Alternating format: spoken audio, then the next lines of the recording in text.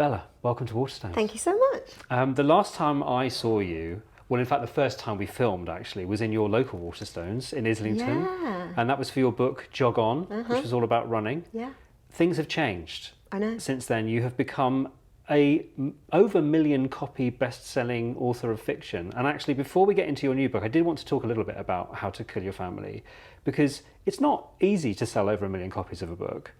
And it's probably unfair of me to ask you this question as the author, but do you have any sense of why that book seemed to chime so much with readers? I mean, I want to say just because it's a perfect book, but no. Sure. I think, do you know what? I didn't know this, so I can't take any credit for it because I didn't do it by design. But I think the reason is the most kind of common feedback I get is that women really like Grace's internal monologue. Okay. And they like that she is furious and vengeful and unapologetic about all the nasty thoughts that she has.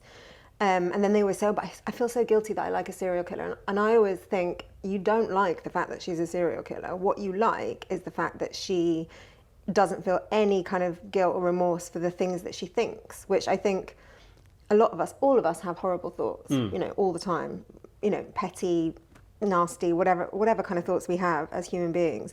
But immediately that we have them, we sort of conditioned to feel terrible about having them, you know, to negate them or to, you know, erase them or whatever it is, neutralize them. She doesn't. She just has the thoughts and thinks that's fine. You know, those are my thoughts and I feel fine about it. So I think it's the fact that she's so unapologetically sort of herself, and women, I think especially, because only really women read How to Kill Your Family, because they're so used to kind of having to be nice and all of those things. I think they just really enjoyed reading something where someone's kind and nasty. Yeah. Yeah. I'm willing to bet that I think a small proportion of those sales may have been people who thought it might have been a manual rather than a Yes, I have had several people sending it to me saying like, I hope it's not a manual. And I'm like, it's not a manual. Obviously it's not a manual. That would be a weird book to I publish. quite often have mothers saying that their children have seen them reading it and have been quite upset about it. Yeah. And I always feel a bit guilty about that, but I think, oh, toughen up. Sorry, it's good to have a bit of childhood Yeah, trauma in there exactly, somewhere. and keep you on your toes.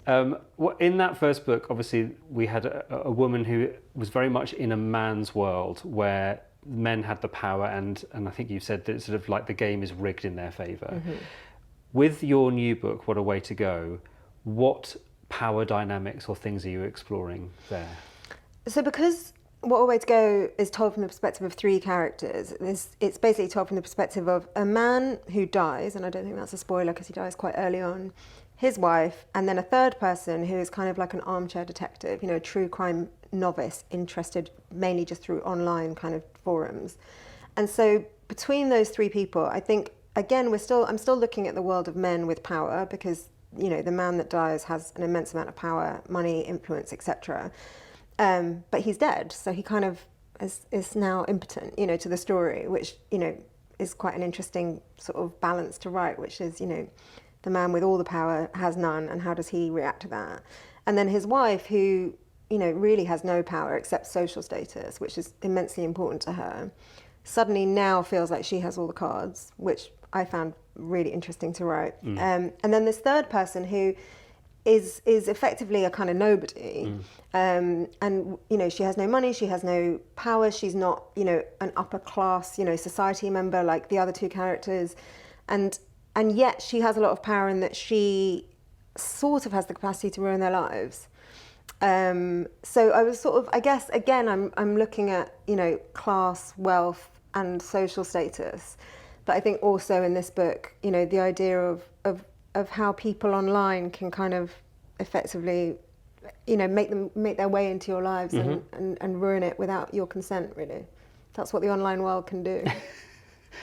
As you say, the third character there, the sleuth, as people would expect, is trying to work out what has happened, who has killed this main character. The main character, Anthony, is also trying to work out who has killed him because of the way that you have set up this story, which I think is rather ingenious. Would you mind sharing, I guess, the setup from his point of view?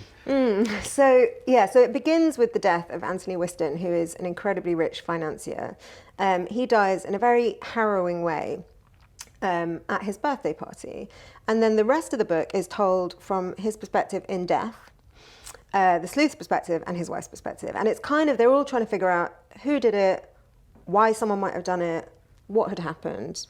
And Anthony, who is dead, I wanted to keep his voice in the book because I thought he was an interesting, I'd written the first chapter, I liked his character, I was interested in being inside his world.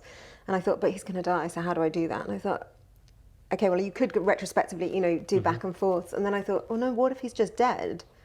And I thought, you can't do that. And then I thought, I can do that. It's fiction. I can do whatever I want. And so I did feel a bit like I was blurring genres a bit. I was sort of writing, crime and then something probably more akin to kind of magical, whatever, mystical, sci-fi, whatever. But I thought, sod it, it's my book. So his perspective is told from the afterlife. And the afterlife is, again, it's my book. So I thought, what do I think the afterlife is like? And I don't think there is an afterlife. But if there was an afterlife, I thought, wouldn't it be funny if the afterlife isn't, you're not burning in a fiery pit of hell, you're not in the most celestial, beautiful heaven, you're in purgatory, and purgatory is just a bureaucratic nightmare. It's just the most boring place on earth. So he has ended up in, for him, the worst place on earth, trying to figure out how he has died. And in order to ascend to the next part of the afterlife, he has to figure out how he's died. And he's not very good at it. He struggles, but then that's good because then we have a book. Yeah. His wife Olivia, as you said, is a really interesting character because she's going on a slightly different journey. Tell me a little bit about her as a character. So Olivia is kind of based on a couple of people. She's based slightly on Lord Lucan's wife, who I always found incredibly interesting as a child, which is maybe says weird things about me as a child. But this idea that she was a kind of powerless victim in a story which was completely about this man, Lord Lucan, who had killed their nanny Sandra Rivet by mistake, meaning to kill Lady Lucan. And I always found that story so interesting because everyone's attention was on Lord Lucan. Lady Lucan got a bit, and Sandra Rivet, the nanny, got almost none, right? No one talks about Sandra Rivet and the fact that she was murdered. And Lady Lucan, for the rest of her life, was kind of suspended in aspic, a victim of this tragedy, but not the victim.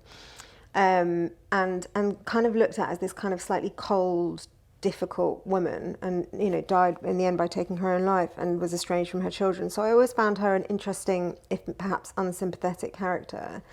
And she's also based on a couple of people who I knew, mothers of people I knew in school. And I don't mean character-wise, but in that way of she really does have very little power. She has no financial power of her own. Her entire currency is in being the wife of this very successful man. And what that means is that she has to look a certain way, act a certain way, and be part of a society. And so her pride is all in being the main A-lister in that world. That's kind of all she has. And I wondered what would happen to someone like that after she loses her husband, after she loses her status. What does she do, And so I feel sorry for her because she's very unlikable. Everyone I write seems to be unlikable, but I do feel sorry for her because I think her whole life has been boredom, frustration, and working within the small canvas that she's been allowed to have, to work on.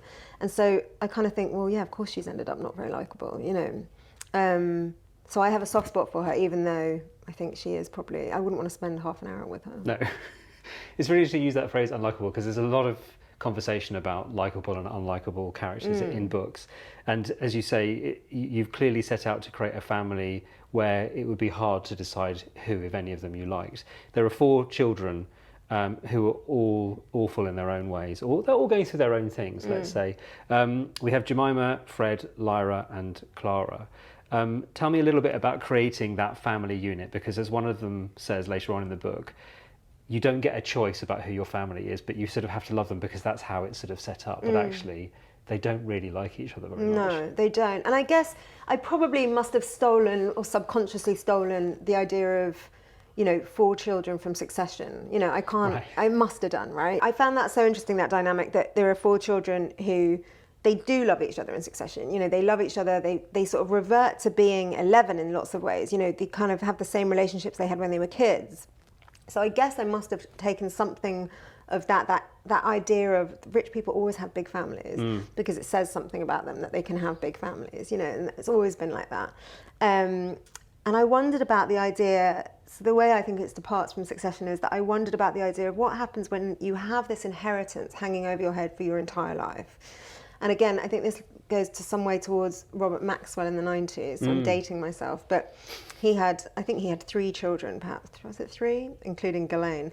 And Ghislaine was the favourite. So I always thought, how does it work if you know that at some point you're going to inherit a vast ton of money, but the person that you're going to inherit this vast ton of money from isn't anywhere near dying. You know, they're healthy, they're 60, whatever. Is your life just spent waiting for that? How do you define your role in life before you get the money? And how do you engage with your siblings? Because surely the whole time you must be thinking, what if they take a bigger slice? What if they're closer to father? What if, you know, all of those things, you know, you must be side-eyeing up your siblings in a way that, you know, maybe a normal family wouldn't do. And so I think that's why they don't like each other, is because they're kind of constantly, they don't want to work for their father or do anything. It's not like Succession in that way. They're not in any way minded to kind of have jobs, but they are all kind of on the edge of their seat. And then it happens, their father dies, and what will happen to the money that they're supposed to inherit, you know? So yeah, they don't like each other, but they kind of, I guess all families, even families that don't like each other, you'll still defend your family, won't you? Yeah.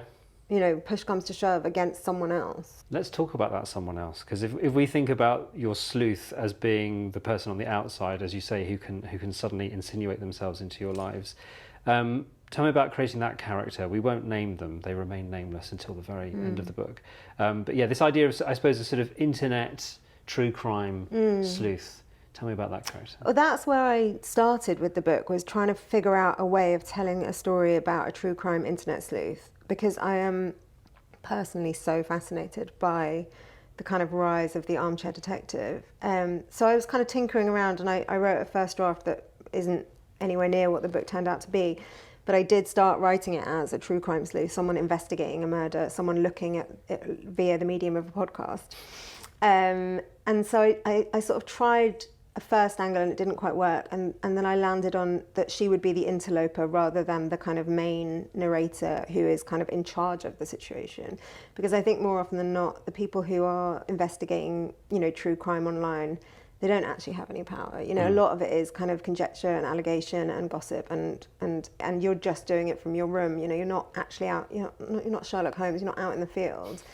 But I think it has been a growing obsession of mine to look at, I mean, I think it started with, you know, when the Boston bombing marathon happened, and Reddit, a subreddit, incorrectly identified two men that they said had done the bombing, and neither of them had done it.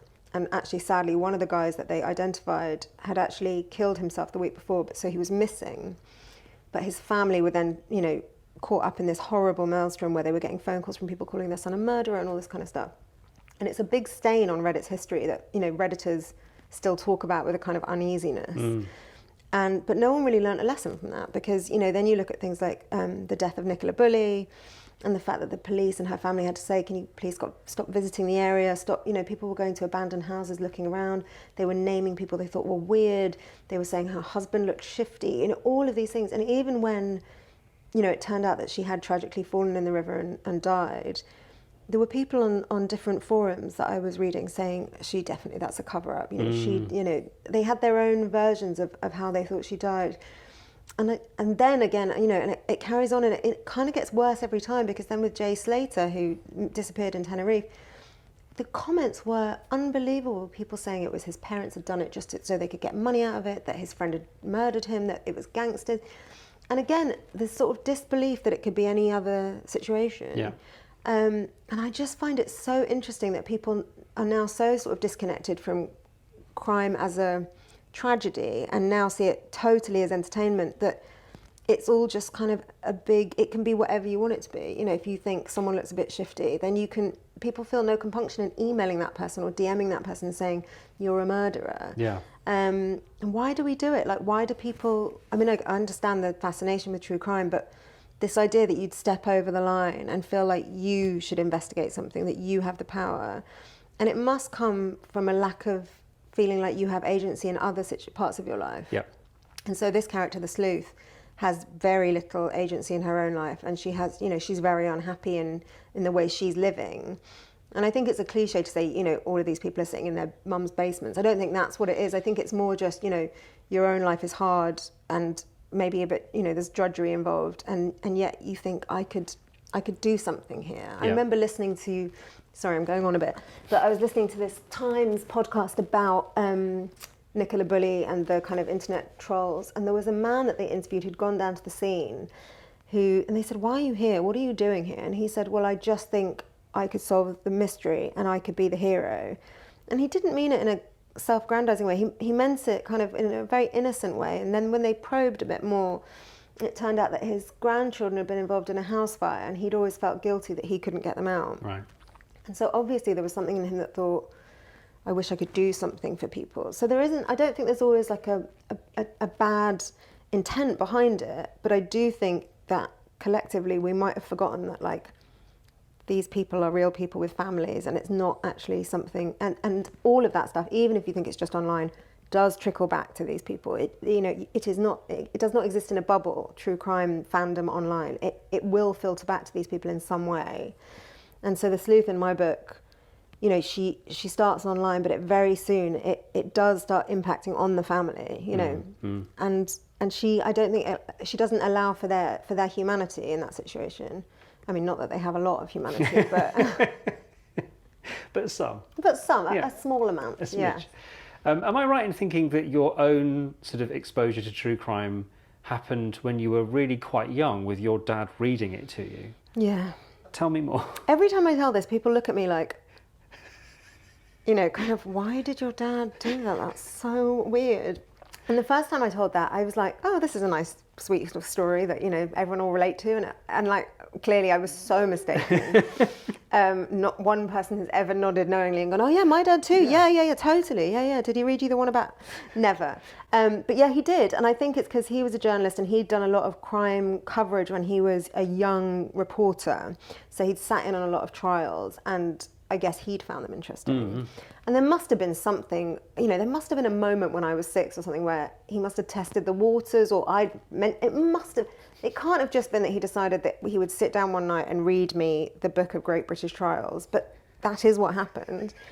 So we would read about, Dr. Crippen and the Brides in the Bath and, Jack the Ripper and blah, blah, blah. And I guess, there must have been something in him that thought, these are very old murders, so they're not going to upset her because they're all solved and in the past. And that's probably true to some extent, but then it did spark my interest in it, which meant that I then went out and read about every current murder, which I think in some way might have set off my anxiety, because I was constantly like, well, that guy was only about 30 miles away. And, so, if I walk in the woods, I remember like specific murderer A or specific murderer B, and if I'm on, a dark street. So they're all in my head, this catalogue of like killers, and that's probably not a great way to live. No, but it's really interesting. I was talking about this recently with Kate Summerscale, whose new book is about the Rillington Place murders, and we were talking about where that sort of, I guess, that drive to understand comes from people who are into true crime, and particularly women. It seems to be, female readers and podcasters and all the rest of it, and often it was this idea that it's about protection, really, I suppose, to understand the motivation of these, often, if we're being honest, men who would kill a woman indiscriminately. Is there a sense of that sort of fascination for you, sort of carrying it forward, so that there is an element of wanting to protect yourself against the world and what's going on, or is it just more about the mechanics of it?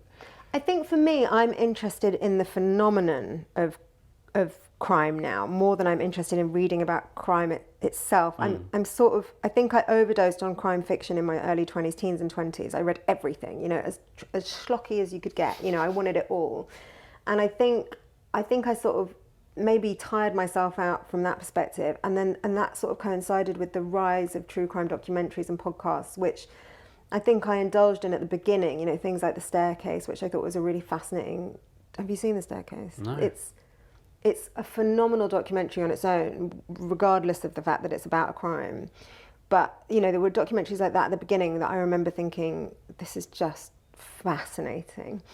But I think the more that went on, and the more that there were podcasts like, they're called things like, Slash and Burn, like with a big lipstick kiss or whatever. And you think, oh, this is tipped over into something. This is, for people, there is kind of an oddness about, you're driving to work with your coffee in the morning, listening to a podcast about someone being, raped and stabbed, and then you get out of your car like, great.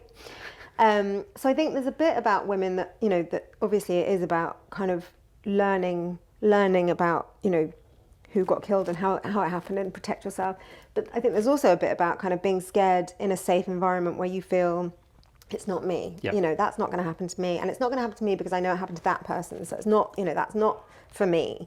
So there are loads of different reasons, but I don't listen to it anymore really, but I am fascinated by why other people do and what it says about us that we are so interested in true crime as a medium. And also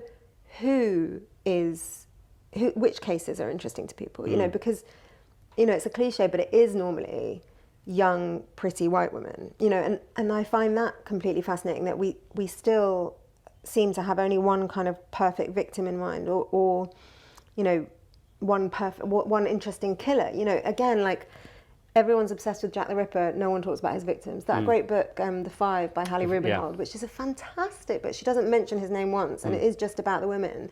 And apparently lots of Ripperologists hate it because, you know, she pushes back against the idea that they're prostitutes and things.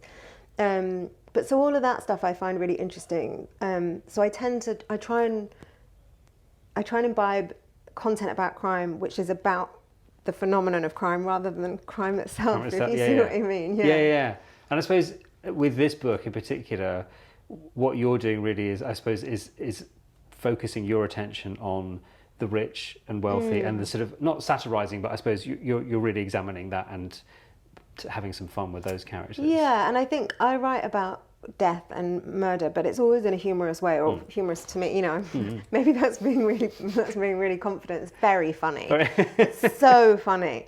But that's my main intent, and I think that's why maybe sometimes it was difficult for people to know where to put How to Kill Your Family, because I guess on the outside it sounds like a thriller or a crime fiction, but really it's like, from my perspective, I'm trying to make people laugh. Yeah.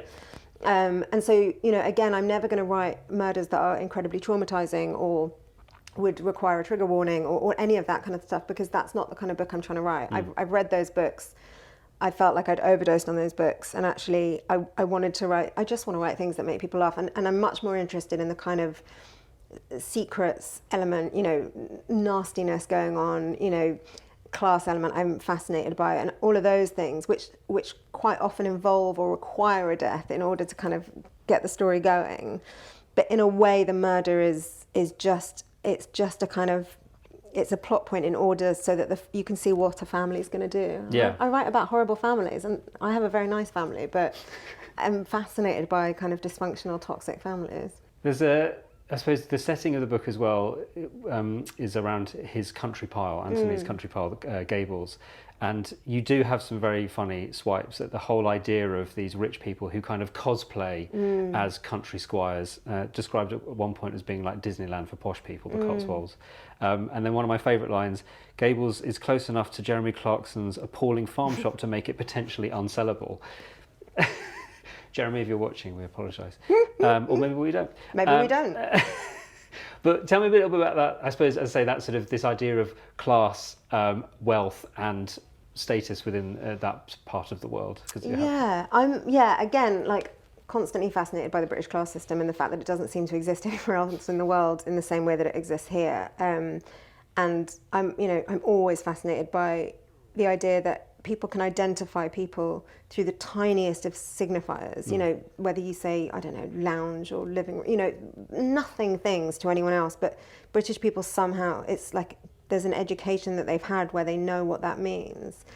And I think I've tried to write, you know, this idea of, Disneyland in the Cotswolds, because I think there are places that, how do I put this? There are places like the Cotswolds, which historically would have been, you know, farming country, some old country piles, which now have things like a Soho House. And, you know, I read in the Times the other day, there was this thing about, you know, the cool new Cotswolds, and there's a Soho House, then 5 minutes down the road, there's another private members club, which is, you know, £50,000 a year membership joining fee.